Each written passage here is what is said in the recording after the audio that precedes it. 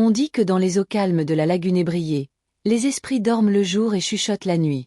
Certains de ces esprits aiment se mêler aux hommes, prendre leur forme, goûter à leur plaisir, et se repaître de leurs faiblesses. Mais si un humain ose s'unir à eux sans comprendre leur nature, il ne reçoit jamais un cadeau, seulement une dette éternelle. C'est dans cette ville d'Abidjan, la ville lumière d'Afrique de l'Ouest, où les buildings côtoient les marchés, où les prières croisent les klaxons que commence notre histoire. Une histoire d'amour, d'or, de mirages et de miroirs.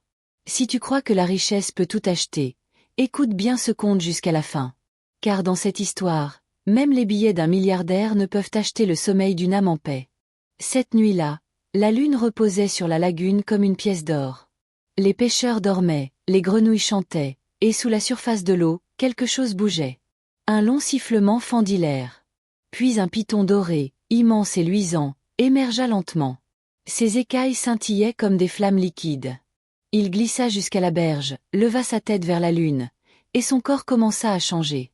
Ses anneaux se tordirent, sa peau se fendit, et sous les craquements, une silhouette humaine prit forme. Un homme, grand, brun clair, vêtu d'un costume noir taillé sur mesure, sortit de l'ombre. Ses chaussures brillaient. Sa montre semblait taillée dans la glace. Il tenait une valise noire à la main, lourde et silencieuse. Sans un regard pour la forêt, il marcha jusqu'à la route. Une Range Rover noire l'attendait, moteur ronronnant. Quand il monta, les phares s'allumèrent comme deux yeux qui reconnaissent leur maître. Il se nommait Koba. Et ce soir-là, il se dirigeait vers la vie nocturne d'Abidjan, là où les humains brillent autant que les étoiles, mais brûlent plus vite qu'elles. Au cœur de Marcory, le club Le Mirage vibrait comme une ruche. La musique afrobeat faisait trembler les murs.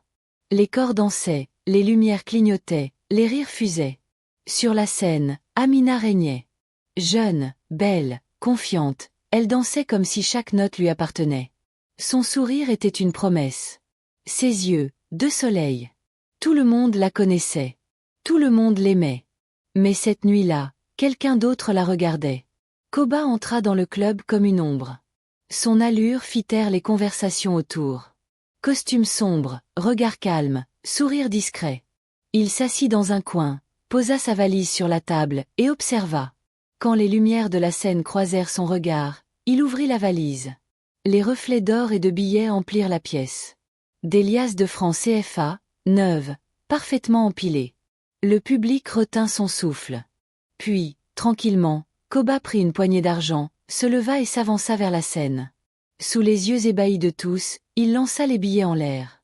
L'argent vola comme des feuilles en saison sèche. Les cris jaillirent. Les téléphones se levèrent. Amina s'arrêta, stupéfaite, puis éclata de rire en tournoyant dans cette pluie de richesse. La foule scandait « Gros bonnet !»« Patron !»« Roi de la nuit !» Koba monta sur scène, s'approcha d'elle et murmura « Tu brilles trop pour rester ici. Veux-tu m'épouser ?» Amina écarquilla les yeux. Le club explosa de cris. Et sans réfléchir, elle dit « Oui ». À l'aube, Amina rentra chez elle, tremblante d'excitation. Ses amies Sira et Nadia l'attendaient. Quand elle leur montra la bague, un diamant éclatant et la valise pleine de billets, elles restèrent sans voix. « D'où sort cet homme ?» demanda Sira. « Il est tombé du ciel », ajouta Nadia.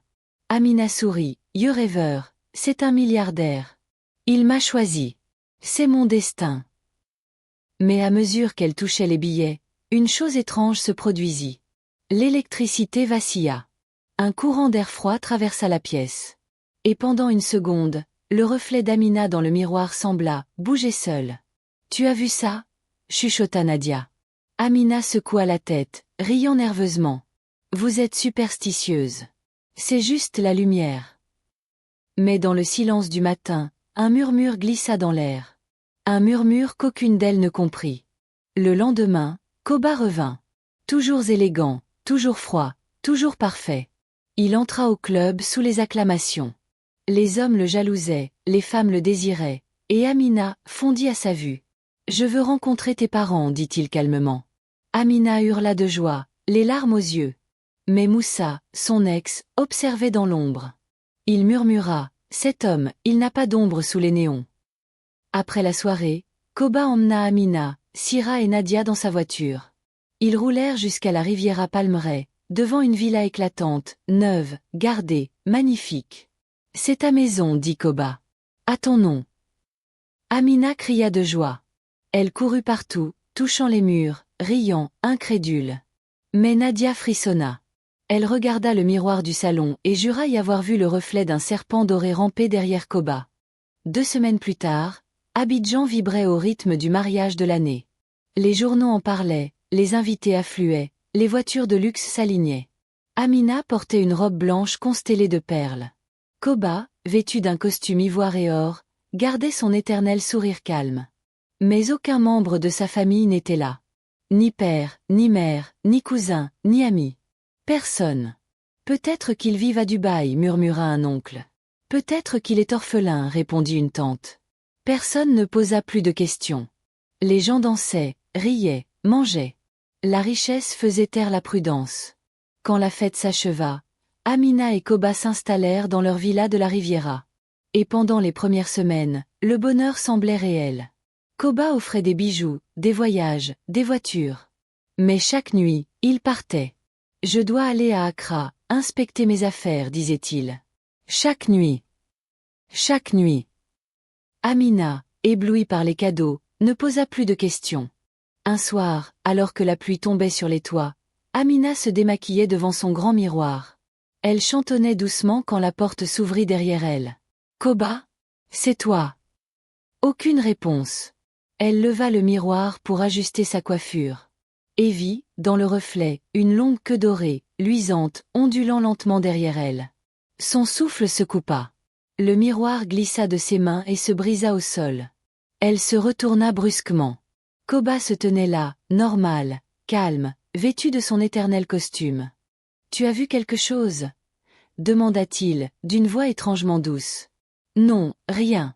Peut-être, mon imagination. » Son sourire s'effaça. Ses yeux devinrent jaunes, brillants, inhumains. Puis, sans un bruit, il disparut. Pas en marchant, pas en courant. Il se dissout dans l'air, avalé par son ombre. Amina resta seule, tremblante, respirant fort.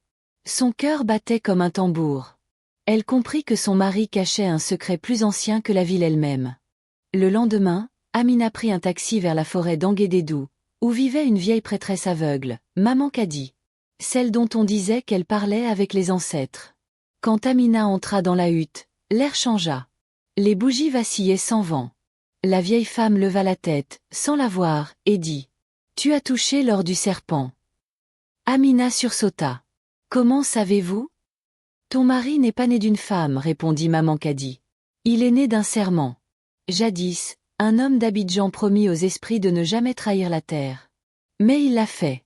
Et le serpent doré est venu réclamer les âmes de ceux qui aiment trop la richesse. » Amina sentit un froid lui traverser le dos. « Que dois-je faire ?»« Brise le pacte avant la prochaine lune, dit la vieille. Ou tu deviendras son offrande. » Elle lui remit un petit miroir brisé. Ce fragment montre la vérité cachée. Cette nuit-là, la lune était pleine. Le vent soufflait fort. Amina, seule dans la villa, tenait le fragment du miroir dans sa main tremblante. La porte s'ouvrit.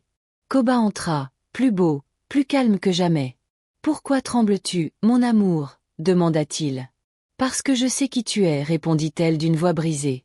Il s'approcha, lentement. Chaque pas faisait vibrer le sol. Ses yeux luisaient d'or. Sa peau commença à changer, à se couvrir d'écailles. Sa voix devint double, puis triple. « Tu m'as vu, donc tu dois partir avec moi. » Amina brandit le miroir. La lumière de la lune s'y refléta, aveuglante. Le corps de Koba se tordit. Son cri fit trembler la villa. Son visage humain se déforma, se fendit, et laissa apparaître la tête du python doré. « Retourne d'où tu viens » hurla Amina. Le serpent frappa, mais le miroir le toucha. Alors, dans un souffle, il fut aspiré dans son propre reflet. Un silence total suivit. Puis la villa s'effondra, lentement, comme un château de sable sous la pluie. Au matin, les voisins trouvèrent Amina vivante, couverte de poussière et de larmes. La maison, l'argent, les bijoux, tout avait disparu. Il ne restait qu'un petit éclat de miroir, au centre du salon. Des mois plus tard, dans un quartier populaire d'Abidjan, une enseigne brillait.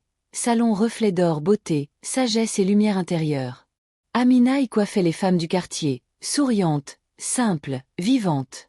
Sur le mur, un petit miroir brisé reflétait la lumière du jour. Quand on lui demandait ce qu'il représentait, elle répondait doucement, un rappel. Tout ce qui brille n'est pas don, mais dette. Et la nuit, quand la brise de la lagune souffle doucement, certains disent encore entendre, dans le lointain, le murmure d'un serpent d'or cherchant son reflet perdu. Et toi, que ferais-tu si le miroir te montrait la vraie nature de celui que tu aimes? Dis-le-moi dans les commentaires, je lis toutes vos théories. Si cette histoire t'a donné des frissons, like la vidéo, abonne-toi et active la cloche pour ne rater aucune des prochaines légendes africaines modernes. Prochaine histoire, elle pensait avoir épousé un homme, mais la nuit, c'était une ombre qui dormait à ses côtés. Reste connecté, car chaque conte cache une vérité que même la richesse ne peut acheter.